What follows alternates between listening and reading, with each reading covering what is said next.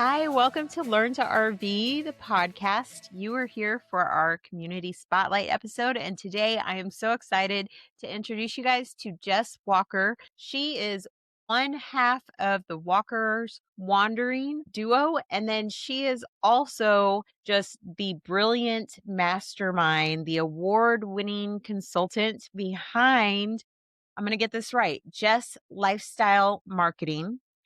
Yes. And Jess, welcome to the podcast. I'm so excited that you're here.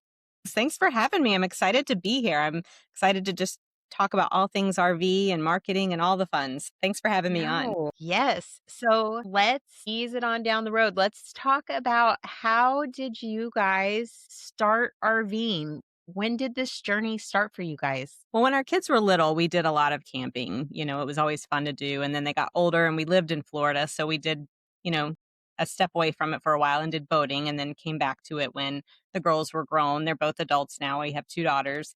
And my husband retired from his career in 2022 and we did some long road trips. And while we were doing those in our gas Class A at the time, we found so many people were living full time on the road. And, the only thing at that point in time holding us to our house in Southwest Florida was a job that I was working in corporate.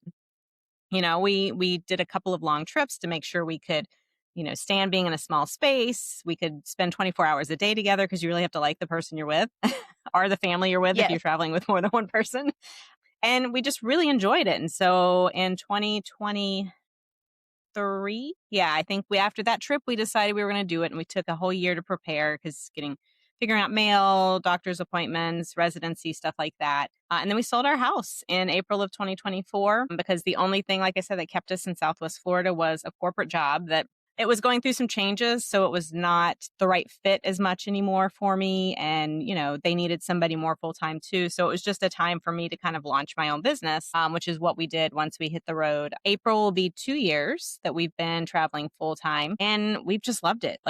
We have 1 daughter in Florida, 1 daughter in Washington State. So this is perfect for us to kind of travel between the two. He's retired, so he helps with the business, like bookkeeping and stuff like that I have. I do the consulting, but we just kind of enjoy life on the road and explore so many different places. This country is so much to see. And we just, it's nice. And the other thing that helps too is, if family needs us or somebody needs us, we're mobile, we can get to them and be where we need to be for an extended amount of time. We don't have to get home to mow a yard or fix the pool or do anything like that. So it just gives us a lot of freedom to do what we want to do. But we never thought we'd be doing it. It's the 2 of us and our dog. And like I said, when we travel, we get to see our kids a lot. And then when we also travel and they want to go to some of these places, it's nice as well because they fly in and hang out with us for a few days in the camper and then fly back. So they're kind of getting to fly along with us on some of this. That's fun. That's really fun. So Yeah. when you guys have been out on the road for this kind of stretch of time, what's been like because you do have like far southeast coast and then you've got far northwest coast as kind of like your pivot points with the girls. So in between those points, what are you guys searching for whenever you're finding stops or you're making kind of points of interest to go and visit? What are the things that catch your guys' attention? We love when we find places to hike and bike and, just be outdoors. That's where we really thrive and what we love to do. And that's what we seek. We want to see the national parks. We want to see state parks, love county parks. I mean, we go to any of them that we can find. So a lot of our trips tend to be around maybe some of those bigger national parks. And then you look at the map in between to figure out, okay, what are some spots that'll be just as fun in between?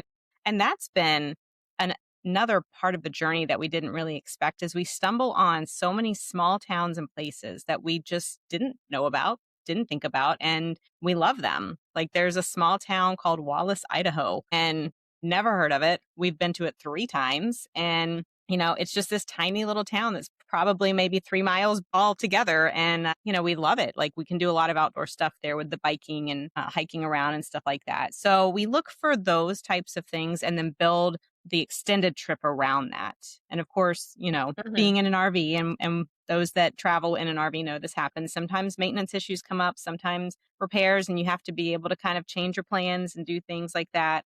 And sometimes that changes the route where we have to go and see a maintenance shop somewhere else. So then we're rerouting. But really, we just love the outdoors. And so if we can be hiking and biking, that's just our happiest place to be. That's awesome. So how many states have you guys been to? Do you know? In the lower 48, I'm looking at our map, we are just shy of 5. So all in all, we've done, in lower 48, we've done the 43 of them. So 43 states. Holy crow. So you guys have not slowed down. You are you're on a mission. Yeah, we do. We realized that very first year, everybody falls into this, I'm sure, when they're excited about a first big trip and they make all these stops and they make all these plans. And then you get on the road and what you didn't plan for was your quote unquote weekends or your down days. When we did that first retirement Yeah. trip, we were 3 months on the road. And I think the longest stop was like 4 nights. And that was rare because we were moving. So we learned after that, we're like, okay, we need to program extra down days in this as Yeah. well so that we can just recoup and rest up. And so we do travel pretty quickly. We've slowed it down still. We've been spending 2 weeks in a place, 3 weeks in a place. The idea maybe hopefully next year, depending on what the future looks like, is we might find a spot we really enjoy and be there for a couple months, and kind of just explore more in depth. Because that's the other thing too. When you visit these places, you stumble on all these great things, but when your time is up and you have to leave, you're like, but I didn't get to do all the things, so you end up going Yeah. back and over again. So yeah, we've covered a lot of ground, but we're trying to slow it down a little more, but it's still pretty quick.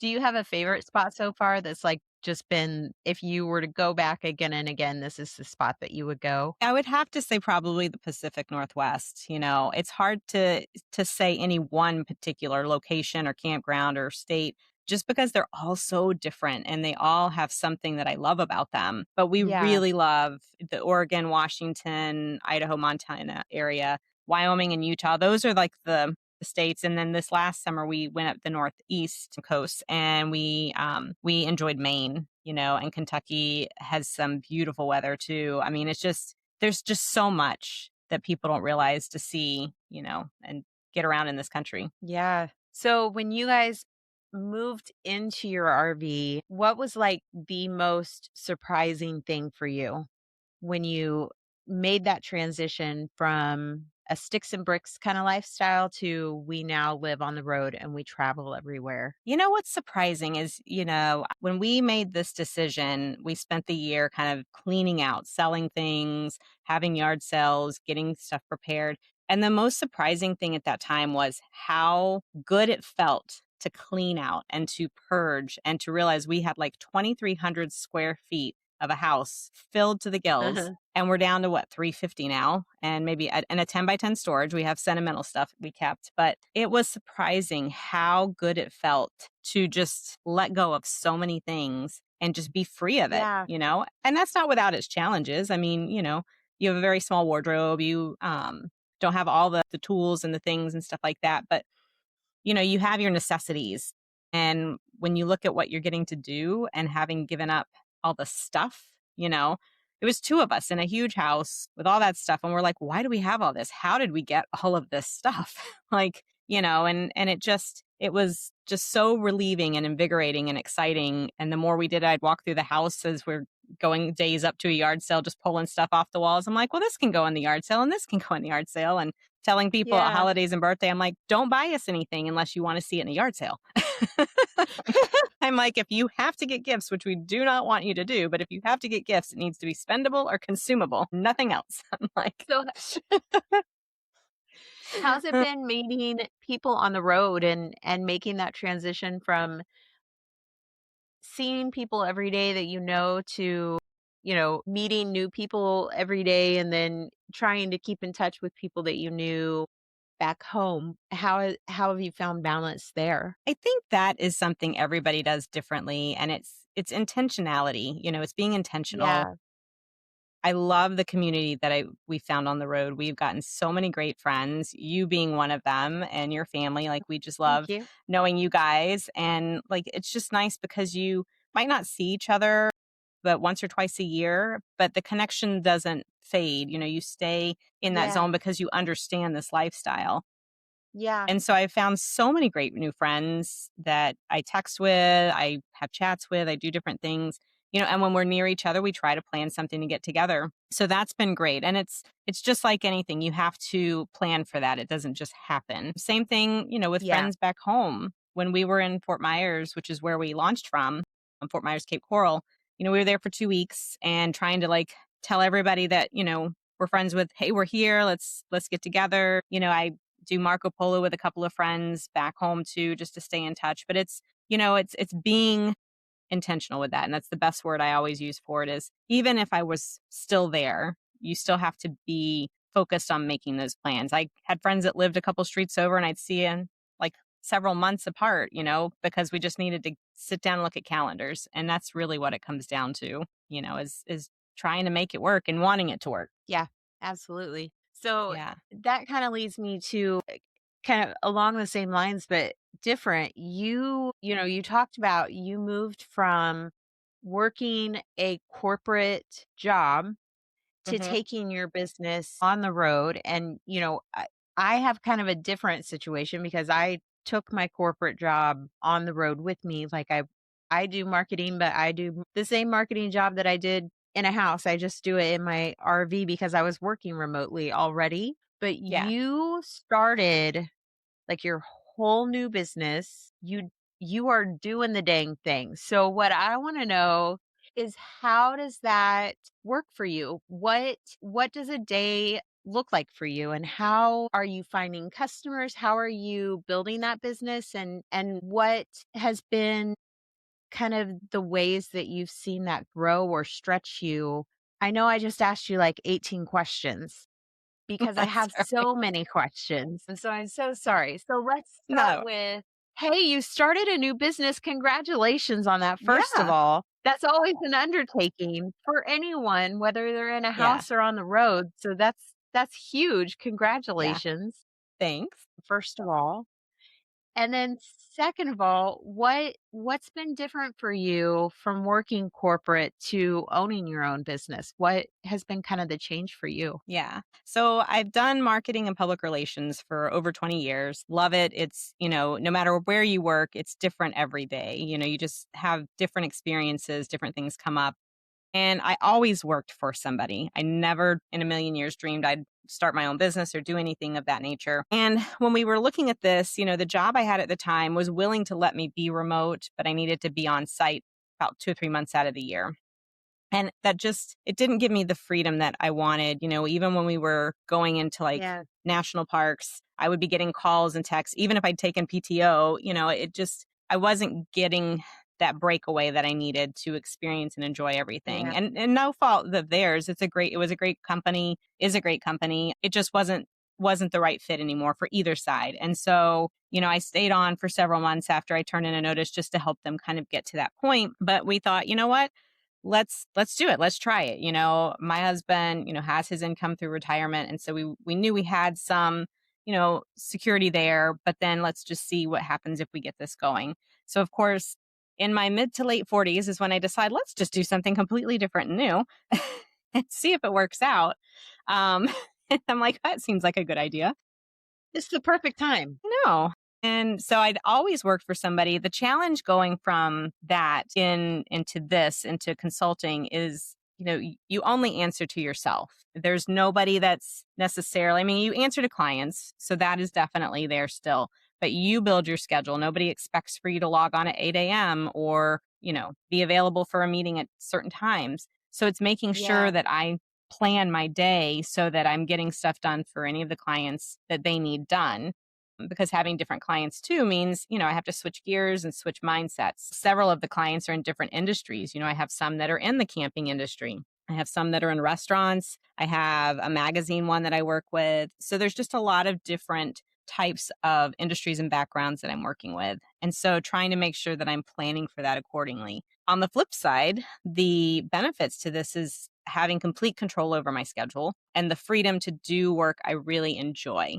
Whenever you work Yeah. for a company, you have the tasks that you have, and then there's always that line item of and others to be assigned as they come about. Sometimes you're not as big of a fan of those responsibilities. So knowing that the projects I do are ones that I enjoy doing, allow me to be creative and kind of just be different, and share my skills. Got a master's degree in public relations. I'm accredited in public relations, and I'm a certified PR counselor in the state of Florida. So I thought, well, I put all this time and effort and education into this thing. Let's see what it does when I go out on my own. And it's just nice to help smaller businesses or individuals kind of get the same support when it comes to marketing, branding, public relations that a big company would get, but they don't have to have an Yeah. in-house person. Like they can just say, I Yeah. just need help with this one thing. And so, it's nice to be able to do that. And the thing that got me clients, to start with is the relationships that I'd built over the years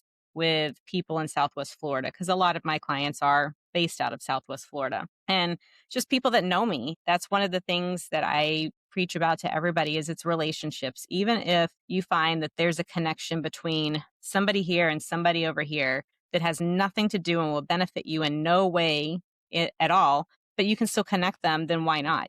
Because that's just going to help them succeed. So it's the relationship building. It's always trying to think of who needs certain services, who needs certain things.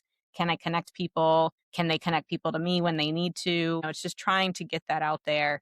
But yeah, I mean, it's been fun. Of course, the the flip side also with being like an entrepreneur, I guess, or a consultant on your own is some days you're like, oh my God, this is exciting. I love it. This is great. I'm so glad I did it. And the other days you're like, what have I done?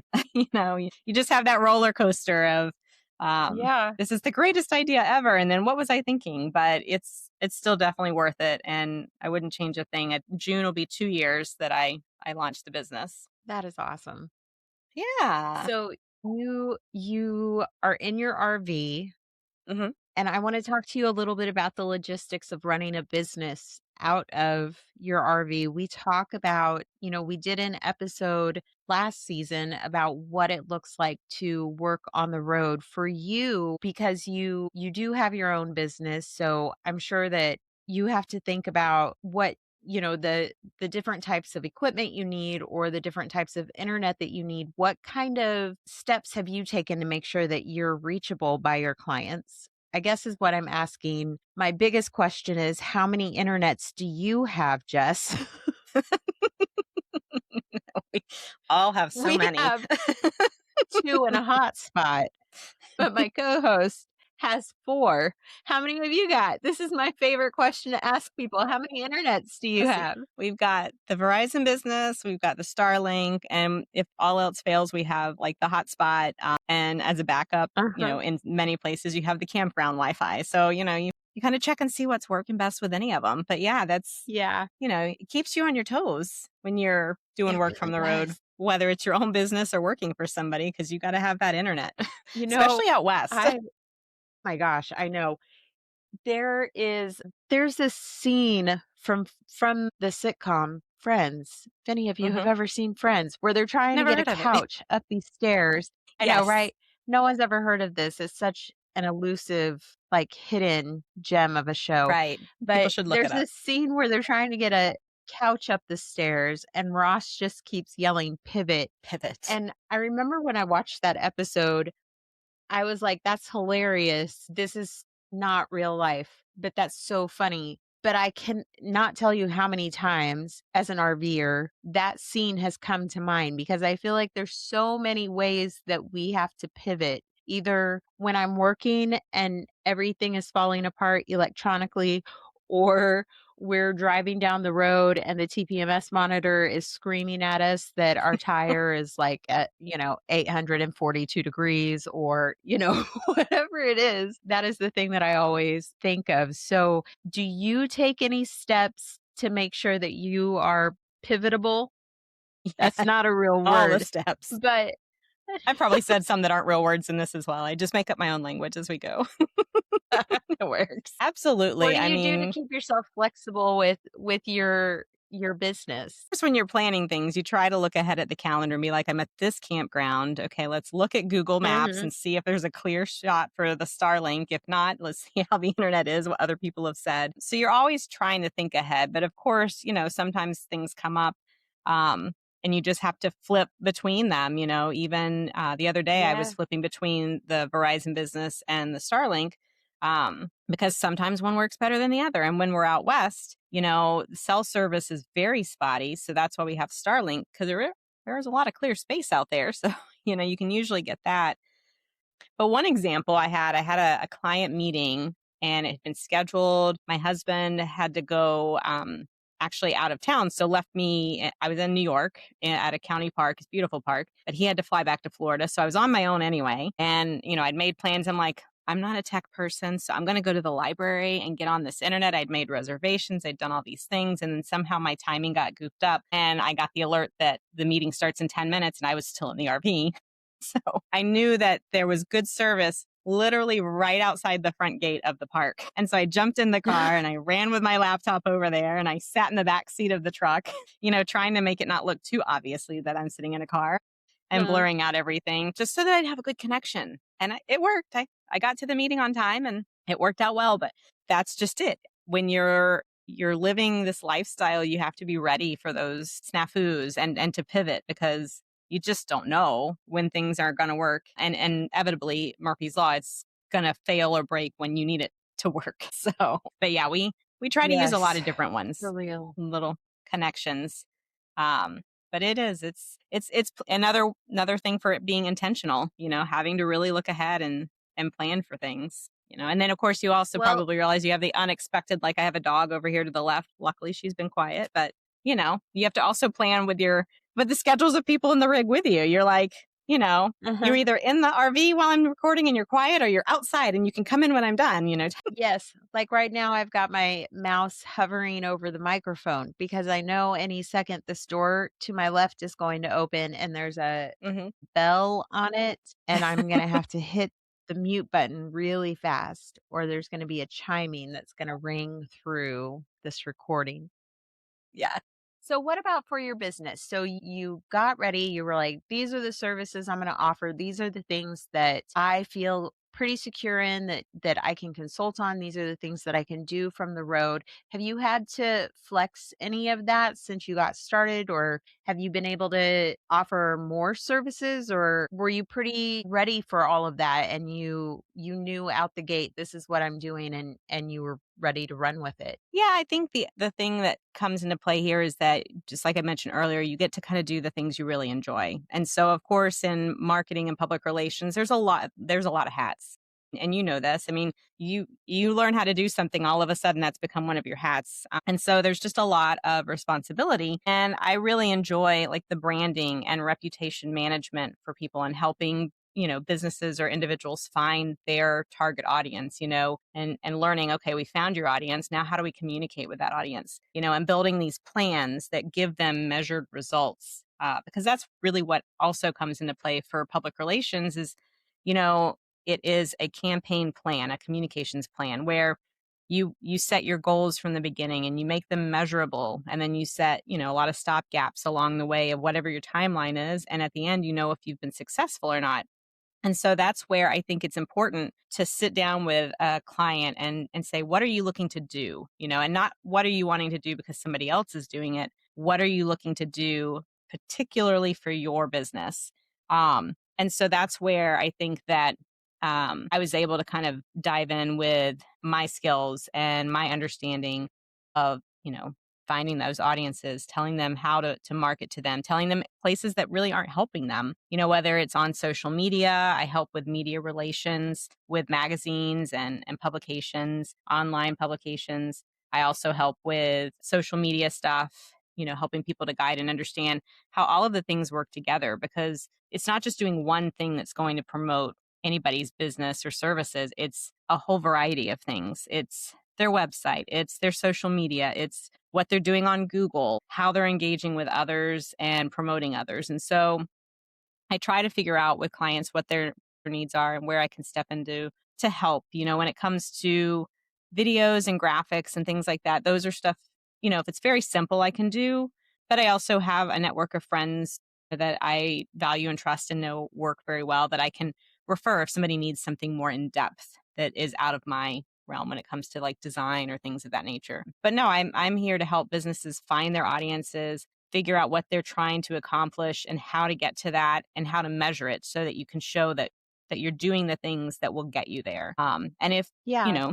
the reason they have the stop gaps is that if we're halfway through a timeline, say they say 1 year is what we wanted to plan to schedule it to meet this goal, at 6 months, either we're ahead of schedule, behind schedule, or on schedule. Ahead and on are okay, definitely good. But if you're behind, then that's where we stop right then and say, okay, what can we reevaluate? Where can we make changes to get us back on track? Because you don't want to get to the end and say, oh, we didn't make it. I wonder what we did. You want to measure throughout the whole time to say, why didn't we get Yes. to that point? And so that's where, I can help in content, writing content for businesses and stuff like that. I can do all of those things as well. So it's really kind of a all over the place thing. Do you have particular business niches that you prefer to work with, or are you kind of open to um any type of, I guess, um the word is escaping me, but like, would you work with a construction company? Would you work with an RV industry business? Would you, or are there, you know, is your specialty party planning businesses, or where do you live in that kind of spectrum of these are the clients that I like? Well, actually, that's Took me 12 years something that to ask that question because I could not think of the word, but that's okay you're because good. we got there eventually. We got there. I have to say, it's really fun to work with a bunch of different industries. Like I'd mentioned earlier, you definitely have to plan and switch gears and kind of get your mind focused on one and then switch completely for something different. But that's what's fun about it is you're learning about so many different things. And when you go through the training I've had, so to be accredited in public relations, you learn very in depth the steps of what they call the 10-step communications plan, which is how you build and measure. And what it boils down to is research and measurement and implementation. I mean, it's actually, there's a model called RPI, research, planning, implementation, and evaluation. And so it's applying that to any client or any business, whether you're working as a consultant or for a company on your own, it's applying that, I guess, what do you say, formula to any project Mhm. that you're working on. So as long as you can get in and research about the company, about the industry, and learn a little bit, you can then take those things and apply them in that plan by plugging them in. So I'm always open to working with any different group, any different type of organization. Just have to give me a little bit of time to get up to speed on understanding some of the basics. I don't have to be the expert in it. Right. I just need to understand the very core basics of that industry. And then I can start digging in, saying, your audience is over here. This is where they're on Facebook or they're reading this magazine. We need to kind of do features or target that. So a little bit of everything. I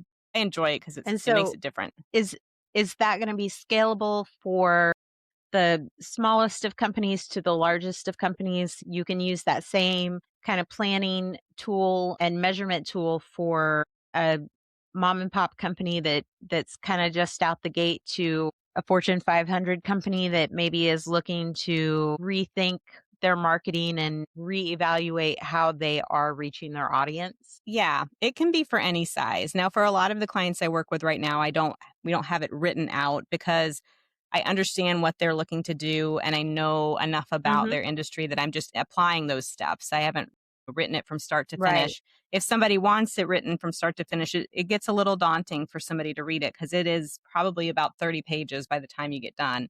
And that's probably on the short end. So I think that, no matter what it is, whether it's a single person entity or a small business or a large business, you can apply that to any of those. For me, I don't look to grow my business to add employees or anything. So I try to keep stuff Mhm. within my manageable realm. And the other Mhm. nice thing for people to know when they're working with me is they're working just with me. That I'm not going to be handing them off to somebody else to handle their projects or their programs or their campaigns. They're going to be working directly with me and have access to me, with questions and everything of that nature. And the other part of that too is just that being able to pick and choose how much they need from me. So I'm not one that's going to lock Yeah. them into a contract and say you have to sign on for a year. If they just need help with one project, we'll do a contract for the one project. And then if you need me again, we'll come back. So they're not locked into anything, and it doesn't have to meet a financial requirement. If it's a couple $100 you need help with on something, then I'm happy to do it and see where I can assist, because you never know when that's going to grow. And when you do those things, hopefully the results for that company is causing growth, which then means they're going to need you more down the line. Yeah. So that's Yeah. kind of the plan for it, but all ranges. So, if someone wanted to start a project with you or wanted to talk to you about the possibility of working with their company, how do they get in touch? And then how does that process begin? Yeah. So really and truly emailing or calling me, to kind of get things started and get set up. I always like to meet with somebody, an initial consultation, no charge, just talking to figure out what their needs are, make sure I can meet their needs, because it's not just a one, it's a two-way street. They have to be happy with me. I need to be able to give them what they need and be able to work with them. And so you've got to find that compatibility. So I always like to Yeah. have like an initial phone call or meeting to see what people are looking for, and if we can Yeah. move forward and how to do that. And then from that point, if it is something that we can work together on, I will make up a proposal based on that conversation and submit it to them for review. And then they can tell me if, they want to do all the things on the proposal, they want to cherry pick things.